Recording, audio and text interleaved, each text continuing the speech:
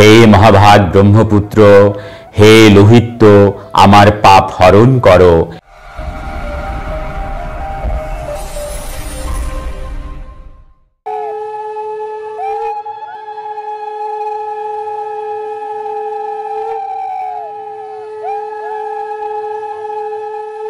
হরে কৃষ্ণ। সুধী ভক্তি পিয়াসু বন্ধুগণ, সবাইকে ভক্তিপূর্ণ দণ্ডবৎ প্রণাম। কৃষ্ণ কৃপাশ্রী সুরেশ চ্যানেলটির আরো একটি নতুন পর্বে আপনাদের সবাইকে সুস্বাগত। লাঙ্গলবন্দ মহাষ্টমী স্নান 2024 কবে? আগামী 15 এপ্রিল 2024 সোমবার নাকি 16 এপ্রিল 2024 মঙ্গলবার? আগামী 16 এপ্রিল 2024 মঙ্গলবার লাঙ্গলবন্দ মহাষ্টমী স্নান অনুষ্ঠিত হবে। বাংলা চৈত্র মাসের শুক্লাষ্টমী তিথিতে বাংলাদেশের নারায়ণগঞ্জ জেলার লাঙ্গলবন্দের যে স্নান, সেটি লাঙ্গলবন্দ মহাষ্টমী স্নান।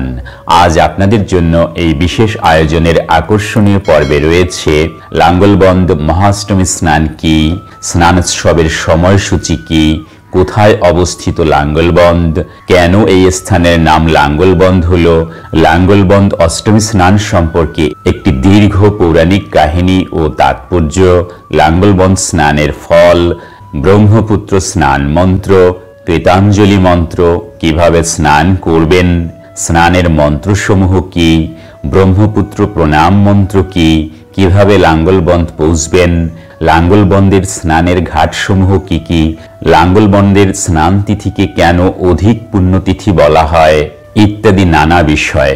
তো ভক্তবৃন্দ, আপনারা অবশ্যই ভিডিওটি শেষ পর্যন্ত অত্যন্ত মনোযোগ সহকারে দেখবেন।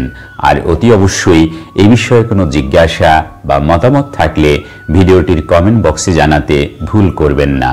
তাহলে আসুন আর দেরি না করে এবার শুরু করা যাক। হরে কৃষ্ণ। প্রেম চেয়ে বলুন রাধে রাধে। শুরুতেই এবছরের লাঙ্গলবন্দের মহাষ্টমী স্নানের লগ্ন। সুধী বৈষ্ণব ভক্তবৃন্দ, আপনারা হয়তো ইতিমধ্যেই জেনেছেন আগামী 15 এপ্রিল 2024 সোমবার দুপুর 12:41 মহাষ্টমী স্নান উৎসবের লগ্ন শুরু হয়ে 16 এপ্রিল 2024 মঙ্গলবার অপরাহ্ন 1:53 শেষ হবে। স্নানোৎসবে আগত পুণ্যার্থীরা পাপ মোচনের আশায় এই ব্রহ্মপুত্র নদে স্নান করতে আসেন। এখন বাংলাদেশের কোথায় অবস্থিত এই তীর্থস্থানটি? এই লাঙ্গলবন্দ পুণ্যস্থানটি ঢাকা থেকে প্রায় 20 কিলোমিটার দক্ষিণ পূর্বে ঢাকা চট্টগ্রাম মহাসড়কের কোল ঘেঁষে ব্রহ্মপুত্রর পাড়ে এবং নারায়ণগঞ্জের শীতলক্ষ্যা নদীর পূর্ব পাড়ে দাসেরগাঁও গ্রামে অবস্থিত।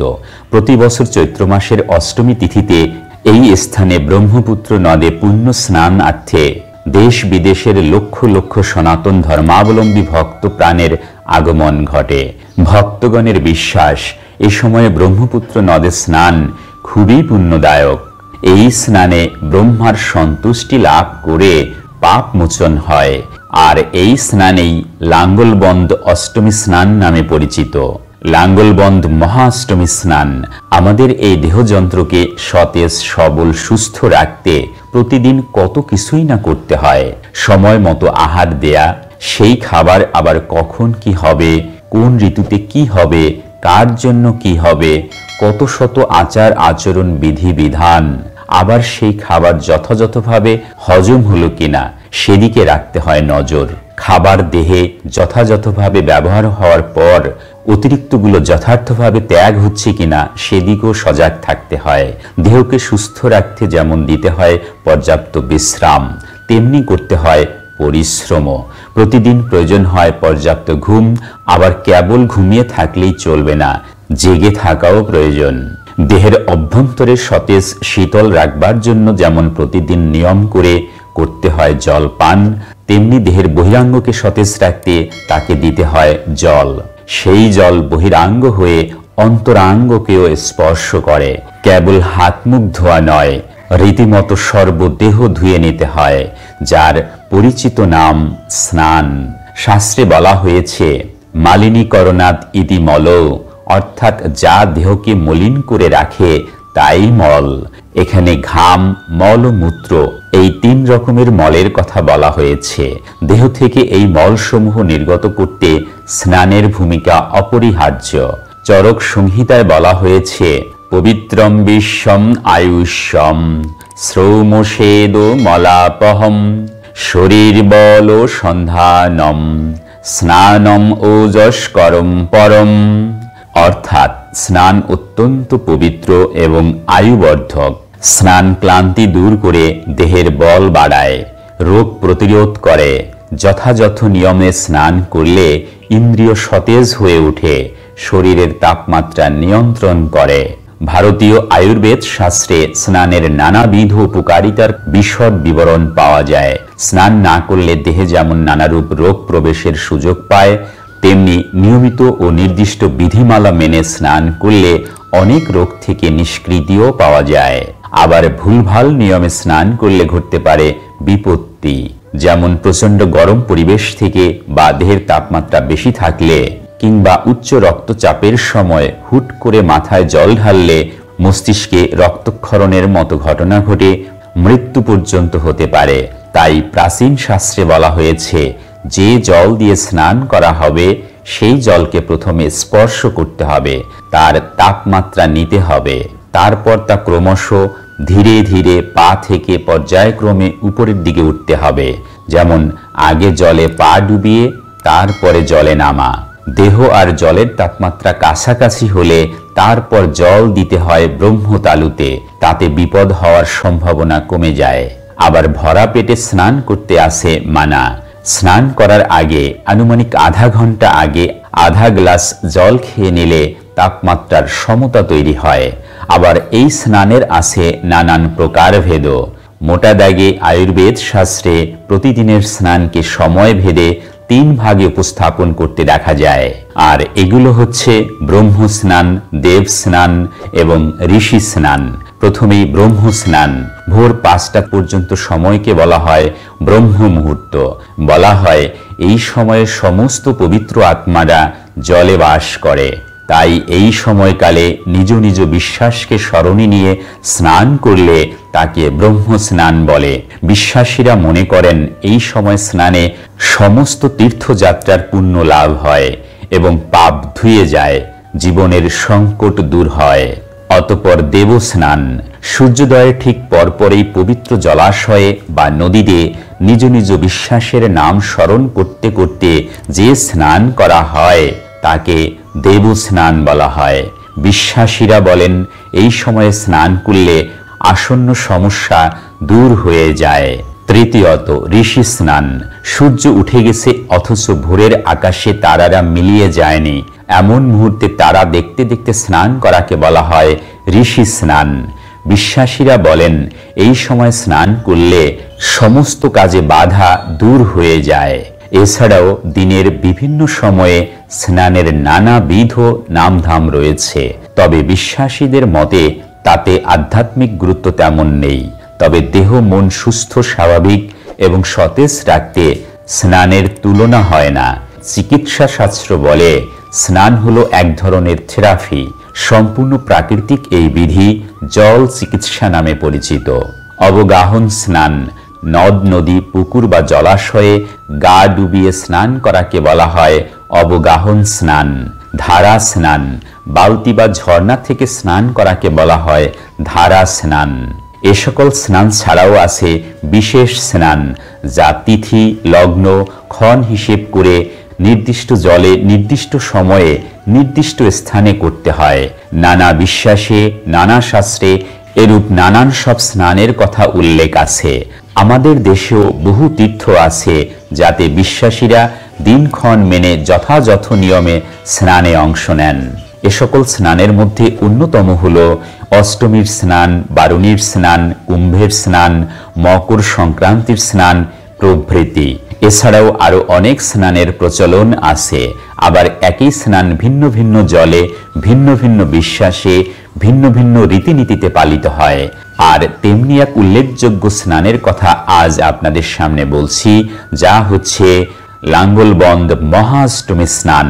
তার সাথে সম্পর্কিত মহিমান্বিত এক তীর্থের কথা বলতে যাচ্ছি, যা কেবল বাংলাদেশের নয়, ভারতবর্ষের অন্যতম তীর্থ। যেটি প্রচলিত লাঙ্গলবন্দের মহাষ্টমী স্নান নামে।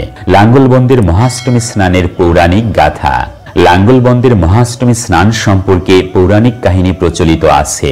কালিকা পুরাণ 84 এবং 85তম অধ্যায়ে উল্লেখ আছে, শান্তনু মুনির পত্নী অমোঘা দেবী ব্রহ্মার তেজ গর্ভে ধারণ করে গর্ভবতী হন।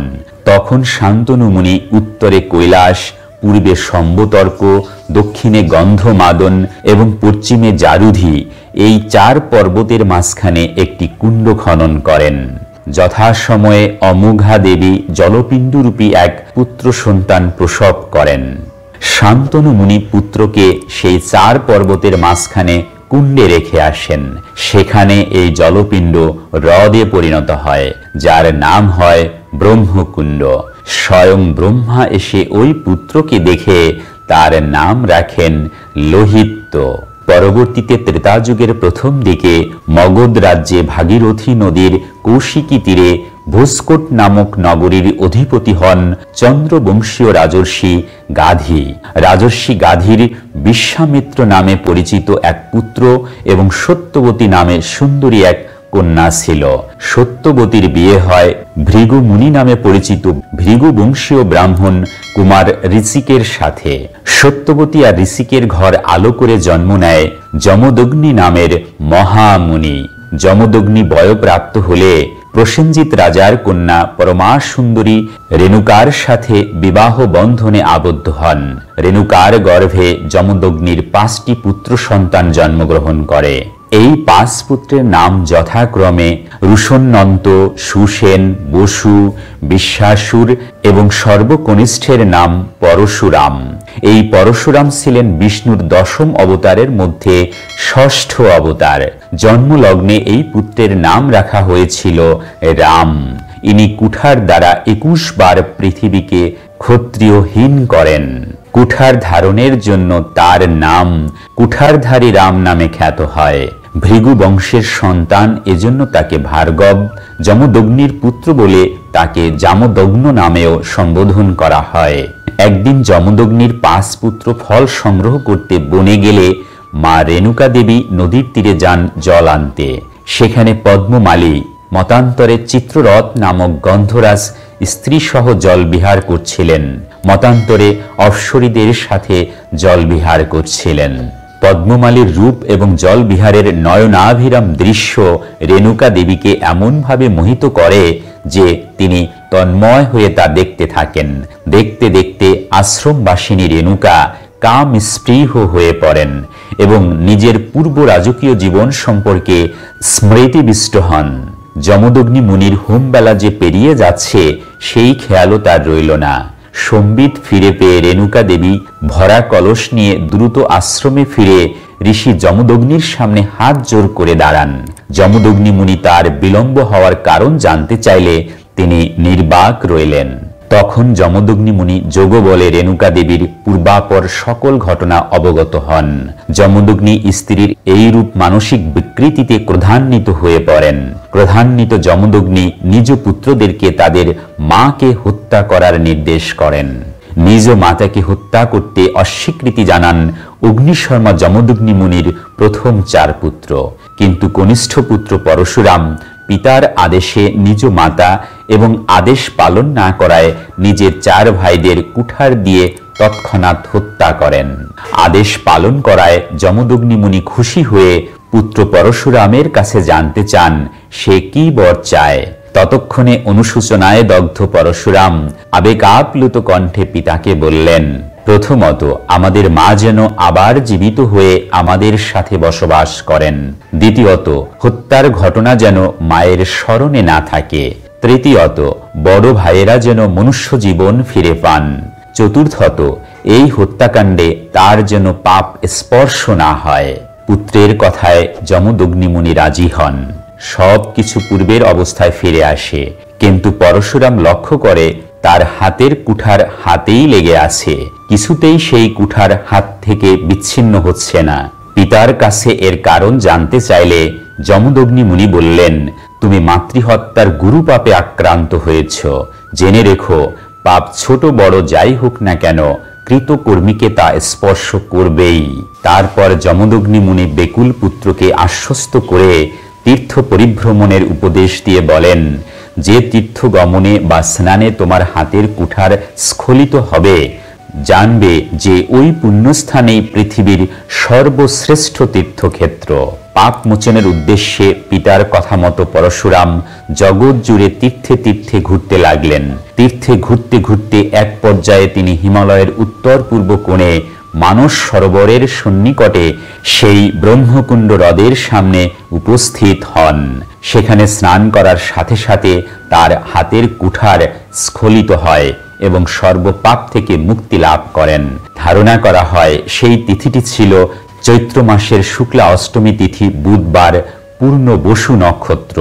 আবার এমনটাও বলা হয়, তীর্থ পরিভ্রমণের এক পর্যায়ে পরশুরাম দৈবক্রমে জানতে পারেন দেবতা ব্রহ্মপুত্র হিমালয়ের বুকে হ্রদ রূপে লুকিয়ে আছে। জানতে পারেন ব্রহ্মপুত্রের মাহাত্ম্য কথা। এরপর থেকেই শুরু হয় তার হিমালয়ে লুকিয়ে থাকা ব্রহ্মপুত্র হ্রদকে খুঁজে বের করার যাত্রা। সেখানে পৌঁছে তিনি ব্রহ্মপুত্রের কাছে প্রার্থনা জানান যেন এই পবিত্র জলে তার পাপ মুক্ত ঘটে। তারপর হ্রদের জলে ঝাঁপ দেওয়ার সঙ্গে সঙ্গে হাতে আটকে থাকা কুঠারখানা খসে যায়। সাথে সাথে তিনি মুক্ত হন মাতৃহত্যার প্রায়শ্চিত্ত থেকে। এই ঘটনার পর তিনি মনে মনে স্থির করেন, এমন সুমহান স্বর্গীয় অলৌকিক শক্তি সম্পন্ন পাপ হরণকারী পুণ্য জলকে সকলের সহজলভ্য করতে এর জলধারাকে সমতল ভূমিতে প্রবাহিত করবেন। যেই কথা সেই কাজ। তিনি হাত থেকে খসে পড়া কুঠার দিয়ে পাহাড়ের এক পাশ ভেঙে দিলেন। এতে হ্রদের জল হিমালয়ের পাদদেশ পর্যন্ত বিস্তৃত হতে শুরু করে। এরপর খসে যাওয়া কুঠারকে লাঙ্গলে রূপান্তর করে পাথর কেটে মাটি কর্ষণ করে হিমালয়ের পাদদেশ থেকে মর্তলোকের সমভূমিতে সেই জলধারাকে প্রবাহিত হওয়ার পথ গড়ে দিতে থাকেন। লাঙ্গল দিয়ে সমভূমির বুক চিরে কর্ষণ করতে করতে তিনি দক্ষিণ দিকে অগ্রসর হতে থাকেন। এভাবে সুদূর হিমালয় থেকে হাল টানতে টানতে ক্রমাগত ভূমি কর্ষণজনিত শ্রমে একসময় তিনি ক্লান্ত হয়ে পড়েন। আর এই ক্লান্ত হয়ে যেখানে তিনি তার লাঙ্গল টানা বন্ধ করেন, সেই জায়গার নামেই পরবর্তীতে পরিচিতি পায় লাঙ্গল বন্ধ নামে। ক্লান্ত পরশুরাম বিশ্রাম করার জন্য যেখানে লাঙ্গল থামান, বর্তমানে সেটি বাংলাদেশের নারায়ণগঞ্জের বন্দর থানা অন্তর্গত সোনারগাঁওয়ে অবস্থিত। এটি সোনারগাঁও মহেশ্বরদী পরগনাকে দুভাগে বিভক্ত করে ব্রহ্মপুত্রের ধারা হয়ে ধলেশ্বরী নদীতে পতিত হয়েছে। এই মিলিত ধারা পরবর্তীতে মেঘনা হয়ে বঙ্গোপসাগরে গিয়ে পড়েছে। যেখানে এসে ব্রহ্মপুত্র থেমে যায়, তার কাছাকাছি দিয়ে বয়ে যাচ্ছিল আরেক নদী সুন্দরী শীতলক্ষা। শীতলক্ষার রূপ যৌবনের কথা জেনে ব্রহ্মপুত্র প্রচণ্ড বেগে তার দিকে ধাবিত হতে শুরু করে। ব্রহ্মপুত্রের ভয়ঙ্কর ও বিশাল মূর্তি দেখে সুন্দরী শীতলক্ষা তার সমস্ত সৌন্দর্য আড়াল করে বৃদ্ধার রূপ ধারণ করেন এবং নিজেকে বুড়িগঙ্গা রূপে উপস্থাপন করেন। ব্রহ্মপুত্র শীতলক্ষার বুড়িগঙ্গা রূপী রূপ দেখে মর্মাহত হন। রেগে গিয়ে তার অবগুণ্ঠন উন্মোচনের পর লক্ষার সৌন্দর্য দেখে মুগ্ধ হন এবং তার সঙ্গে মিলিত হন। এরপর দুজনের মিলিত স্রোতধারা একই সঙ্গে প্রবাহিত হতে থাকে। ওইদিকে পরশুরাম পবিত্র ব্রহ্মপুত্র নদের অলৌকিক শক্তি এবং মাহাত্ম্য প্রচারের জন্য পৃথিবীর বিভিন্ন তীর্থস্থান ভ্রমণে গিয়েছিলেন। তীর্থ ভ্রমণ শেষে ফিরে এসে দেখেন যে ব্রহ্মপুত্রকে তিনি মানুষের উপকারার্থে সমতল ভূমিতে নিয়ে এসেছিলেন, যাকে তিনি জগতের শ্রেষ্ঠ এবং পবিত্রতম নদ রূপে মর্যাদায় প্রতিষ্ঠা করতে চেয়েছিলেন, সে শীতলক্ষার সঙ্গে মিলিত হয়েছে। পরশুরাম প্রধান্বিত হয়ে দুই নদ নদীকেই অভিশাপ দেন। নিরুপায় ব্রহ্মপুত্র তখন পরশুরামের যে উপকার করেছিলেন সে কথা স্মরণ করিয়ে দিয়ে ক্ষমা চাইতে লাগলেন। এতে পরশুরামের মনে কিছুটা দয়ার উদ্রেক হলো। তিনি ব্রহ্মপুত্রের পাপ মোচনের অলৌকিক শক্তি হরণ করে নিয়ে শুধু বৎসরের একটি দিনেই তার অলৌকিক শক্তি অক্ষুণ্ণ রাখেন। সেই থেকে বিশ্বাসীদের কাছে লাঙ্গলবন্ধ পরম পুণ্যস্থান আর ব্রহ্মপুত্রের জল অত্যন্ত পবিত্র বলে গণ্য হলেও তা কেবল চৈত্র মাসের অষ্টমী তিথিতেই পূজিত হয়।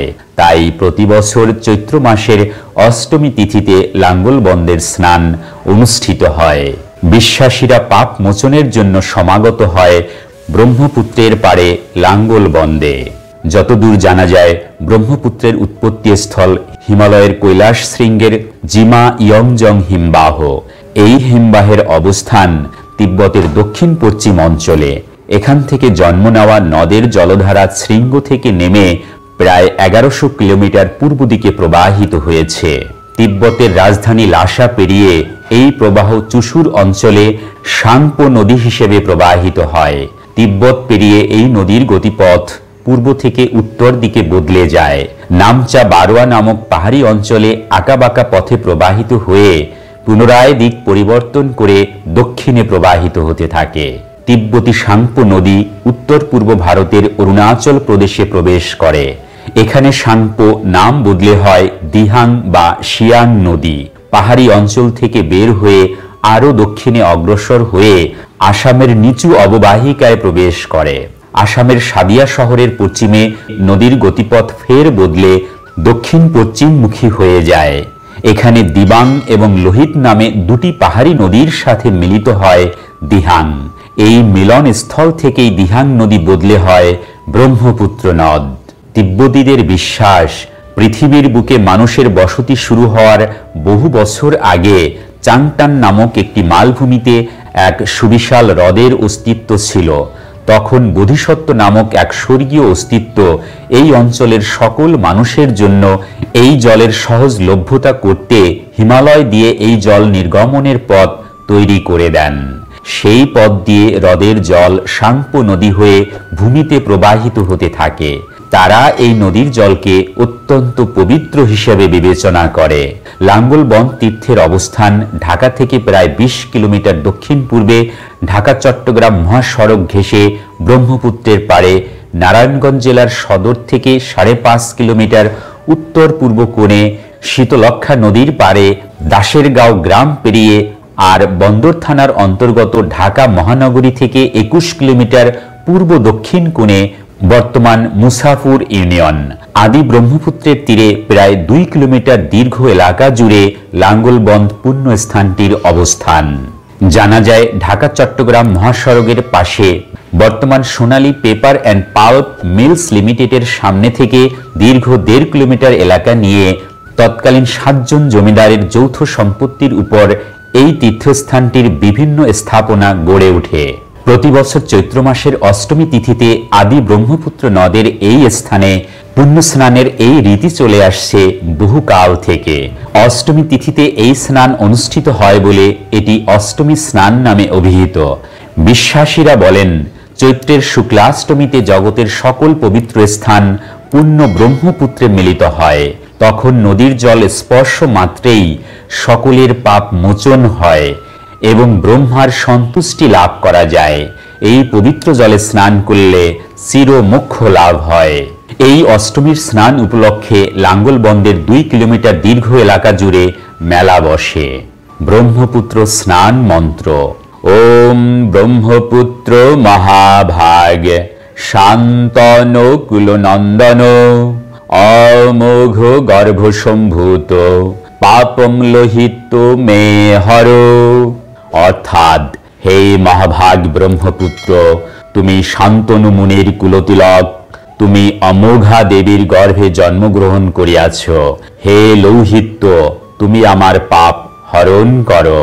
মন্ত্র: তম ব্রহ্মপুত্র ভুবন তারণ তীর্থরাজ গম্ভীর নিরোপরি পুরত সর্বদেহ তদ্দর্শনাদ হর তুমে ভব ঘোর দুঃখম সমযুগত কালীযুগে ভগবন নমস্তুতে। অর্থাৎ, হে ব্রহ্মপুত্র, তুমি ভুবন পরিত্রাণকারী তীর্থরাজ। তোমার সর্বদেহ গভীর সলিল রাশি দ্বারা পরিপূরিত। তোমার দর্শন ও সংযোগ দ্বারা এই কলিযুগে আমার ভববেধিজনিত ঘোর দুঃখ হরণ করো। হে ভগবান, তোমাকে প্রণাম। সমাগত ভক্তবৃন্দের জন্য স্নান সম্পন্ন করাকে সহজ করার জন্য বিভিন্ন দানশীল ব্যক্তিরা বিভিন্ন সময়ে বেশ কয়েকটি ঘাট নির্মাণ করেন। বর্তমানে এমন 13টি বাঁধানো ঘাট আছে। লাঙ্গলবন্দে 13টি স্নানঘাট, 10টি মন্দির, 6টি আশ্রম এবং 3টি আশ্রয়স্থল রয়েছে। 13টি স্নানঘাটের মধ্যে একটি মাত্র ব্রহ্মপুত্রের পূর্ব পারে অবস্থিত, আর বাকি 12টি ঘাটি বা সব প্রতিষ্ঠানগুলোই পশ্চিম পারে অর্থাৎ স্নান স্থলে। পুণ্যার্থীরা স্নান মন্ত্র পাঠপূর্বক নিজ নিজ ইচ্ছা অনুযায়ী ফুল, বেলপাতা, ধান, দুর্বা, হরিতকি, ডাব, আম্রপল্লব ইত্যাদি দিয়ে পবিত্র নদ ব্রহ্মপুত্রে পিতৃকুলের উদ্দেশ্যে তর্পণ করে থাকে। পুণ্য স্নান শেষে পুণ্যার্থীরা সাথে নিয়ে আসা চাল, ডাল, টাকা পয়সা পথের দুই পাশে লাইন করে বসে থাকা সাধক, যোগী, পাগল, মস্তান, ভিক্ষা প্রার্থী সংসহ স্থায়ী অস্থায়ী মন্দিরে দিতে দিতে এগিয়ে যায়। পাপ মোচনের প্রার্থনায় রত পুণ্যার্থীদের জন্য পথের দুই পাশে দেশের বিভিন্ন ধর্মীয় সেবা সংগঠনগুলো ক্যাম্প স্থাপন করে প্রতি বছর, যেখানে পুণ্যার্থীদের জন্য আয়োজন করা হয় আহারের। মুড়ি মুড়কি, চিড়া দই, দুধ কলা, খিচুড়ি, ভাত, সবজি, ডাল, শরবত, ঘোল, মাঠা, জল সকল কিছুই বিনামূল্যে প্রদান করা হয়।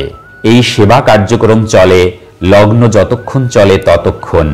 রাস্তা খুব একটা প্রশস্ত না হওয়া সত্ত্বেও রাস্তার দুই পাশেই মেলার দোকানপাট বসে, আর খোলা জায়গাতে ঘটা করে বসে মেলা। পুণ্যার্থীদের প্রয়োজনীয় জিনিসপত্রের পাশাপাশি মেলে নানান সব বাহারি পণ্য। তো লাঙ্গলবন্দের স্নানঘাট সমূহ হচ্ছে অন্নপূর্ণা ঘাট, রাজঘাট, শঙ্কর সাধুর ঘাট, মাকড়ি শান্তি ঘাট, গান্ধী ঘাট বা মহাশ্মশান ঘাট, ভদেশ্বরী ঘাট, জয়কালী ঘাট, রক্ষাকালী ঘাট, পাষাণকালী ঘাট, প্রেমতলা ঘাট, চর শ্রীরামপুর ঘাট, দক্ষিণেশ্বরী কালীবাড়ি ঘাট এবং কালীগঞ্জ ঘাট। এছাড়াও রয়েছে ললিত সাধুর ঘাট, অন্নপূর্ণ ঘাট, সাবদী ঘাট, বাসনকালী ও জগৎবন্ধু ঘাট। লাঙ্গলবন্দ মন্দির সমূহ হচ্ছে অন্নপূর্ণা মন্দির, রক্ষা কালী মন্দির, গৌরাঙ্গ মহাপ্রভুর মন্দির, আদি ব্রহ্মপুত্রের মন্দির, শ্মশানকালী মন্দির, জয়কালী মন্দির, শিব মন্দির, পাষাণকালী মন্দির, প্রেমতলা রক্ষাকালী মন্দির, দক্ষিণেশ্বরী কালী মন্দির। সুধী ভক্তবৃন্দ, লাঙ্গলবন্দ স্নানকে অধিক পুণ্যতিথি বলা হয় কেন? চৈত্র মাসের শুক্লাষ্টমী বুধবার এবং পুনর্বসু নক্ষত্র যোগ হলে তাকে বুধাষ্টমী বলে। প্রতি 12 বছর পর পর এই তিথি একত্রে মিলিত হয়, আর এ সময় ব্রহ্মপুত্রে সর্বতীর্থের সমাগম হয় এবং তীর্থরাজে পরিণত হয়। এই বুধাষ্টমী যোগে ব্রহ্মপুত্র স্নানে সর্বপাপ থেকে মুক্তি লাভ হয়। আপনাদের সামনে সুযোগ রয়েছে এর মহাপুণ্য ফল লাভ করার। হরে কৃষ্ণ। 1901 খ্রিস্টাব্দে পবিত্র বুধাষ্টমী যোগে জননী ভুবনেশ্বরী দেবীকে নিয়ে স্বামী বিবেকানন্দ, নেপালের রাজা, মহাত্মা গান্ধী সহ বহু সাধু সন্ন্যাসী এই তীর্থ স্নান করেন। বিশ্ব বরেণ্য দার্শনিক এবং আধ্যাত্মিক ধর্মগুরু ডক্টর মহানামব্রত ব্রহ্মচারীজির তথ্য মতে মহাপ্রভু শ্রীকৃষ্ণ চৈতন্যদেব লাঙ্গলবন্দে এসে স্নান এবং তর্পণ করেছিলেন। সুধী ভক্তবৃন্দ, এবার লাঙ্গলবন্দ স্নানের নিয়ম এবং মন্ত্রাবলী। নাভিসম জলে স্রোতের দিকে মুখ করে অথবা স্রোতহীন জলে সূর্যের দিকে মুখ করে একবার ডুব দিয়ে নিষ্ঠা ও ভক্তি সহকারে নিম্নলিখিত মন্ত্রসমূহ বলবেন। লাঙ্গলবন্দ স্নানের মন্ত্রাবলী। প্রথমেই আত্মশুদ্ধি মন্ত্র। ওম অপবিত্র পবিত্র বা সর্বা অবস্থাম গত অপি বা ইয়ৎস্মরেৎ পুণ্ডরীকাক্ষম সবাজ্যাভ্যন্তর শুচি পাপ অহম পাপকর্মাহম পাপাত্মা পাপ সম্ভাবান ত্রাহি মানম পুণ্ডরীকাক্ষম সর্বপাপ হর হরি। লাঙ্গলবন্দ স্নানের মন্ত্রাবলী। অতঃপর স্নান সংকল্প মন্ত্র। ওম বিষ্ণুরম তৎসদদ্য চৈত্র মাসি শুক্লা পক্ষে মৃগশিরা নক্ষত্র উক্ত তথা আদ্যা নক্ষত্র উক্ত তথা পুনর্বসু নক্ষত্র উক্ত বুধাষ্টমী তিথৌ অচ্যুত গোত্রস্য দাস অথবা দাসী, এখানে পুরুষ হলে দাস, এবং স্ত্রী হলে দাসী বলবেন। শ্রীকৃষ্ণ প্রীতিকাম শ্রী গঙ্গা দেবী প্রীত্যর্থে গঙ্গা স্নান জন্য ফলসম ফল প্রাপ্তিকাম গঙ্গায়াম স্নানহম করিষ্যে। অতঃপর গঙ্গা প্রণাম মন্ত্র। সদ্য পাতক সংহন্ত্রী সদ্য দুঃখ বিনাশিনী সুখদা মুক্ষদা গঙ্গা গঙ্গৈব পরমাগতি। নমস্তে দেবদেবেশী গঙ্গে ত্রিপথসো গামিনী ত্রিলোচনে শ্বেতরূপে ব্রহ্মা বিষ্ণু শিবার্চিতে নন্দিনীতি চ তে নাম বেদেষু নলিনীতি চ দক্ষা পৃথ্বী বিরদ গঙ্গা বিশ্বকায়া শিবামৃতা বিদ্যাধরী মহাদেবী তথা লোক প্রসাদিনী শ্যামঙ্করী জাহ্নবী চ শান্তা শান্তি প্রদায়িনী। এতানি পুণ্যনামানি স্নানকালে প্রকীর্তয়েৎ। গঙ্গাজল স্পর্শ মন্ত্র। ওম স্মৃতাসি গঙ্গে দৃষ্টাসি স্পর্শামি তাম মহেশ্বরীম বিষ্ণুদেহ দ্রবাকারে প্রসীদে জগদম্বিকে। ওম গঙ্গে চ যমুনা চ এব গোদাবরী সরস্বতী নর্মদে সিন্ধু কাবেরী জলে অস্মিন সন্নিধিম কুরু। ওম বিষ্ণুপাদ প্রসূতাসি বৈষ্ণবী বিষ্ণুদেবতা ত্রাহিনত্তেন স তস্মাদ আজন্ম মরণান্তিকাদ। এরপর ওম নারায়ণায় নম বলে 4 বার মাথায় জল নিয়ে শ্রীকৃষ্ণের চরণ স্মরণ করে স্নান করা কর্তব্য। প্রতি বছরের ন্যায় এবারও হে মহাভাগ ব্রহ্মপুত্র, হে লোহিত্য, আমার পাপ হরণ করো, এই মন্ত্র উচ্চারণের মধ্য দিয়ে পুণ্যার্থীরা ব্রহ্মপুত্র নদে অষ্টমী স্নান শুরু করবেন। কেবল ব্যক্তিগত পাপমোচনই নয়, জগতের যাবতীয় সংকীর্ণতা ও পঙ্কিলতার আবরণে ঘেরা জীবন থেকে পাপ মুক্তির বাসনায় পুণ্যার্থীরা ডুব দেয় ব্রহ্মপুত্রের জলে। জয় ব্রহ্মপুত্রের জয়। হরে কৃষ্ণ। জয় মা গঙ্গা। জয় রাধে রাধে।